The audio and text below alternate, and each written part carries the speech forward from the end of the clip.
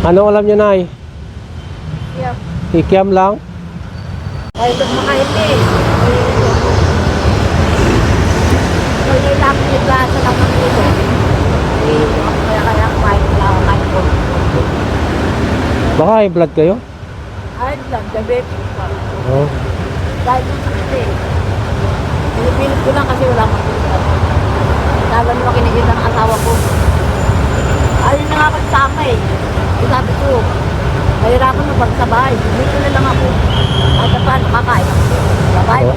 Dapat nagpapahinga na lang kayo. Sabi niya nga, huwag na ako papa. Kasi hindi ng gamot ko. Maintenance ko na yun eh. 5 pirasong gamot.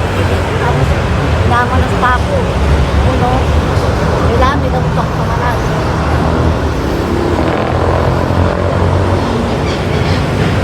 Wala na makasaan sa mga anak ko. Saan ako pa hinihingan nung mapera kami? Bakit wala bang trabaho yung mga anak mo? At pa ba, maraming anak eh. Oo. Yung anak, hindi pa sa pamili ng baon. Sabi ko ngayon, wala na akong pera. Kaya wala na akong silbi.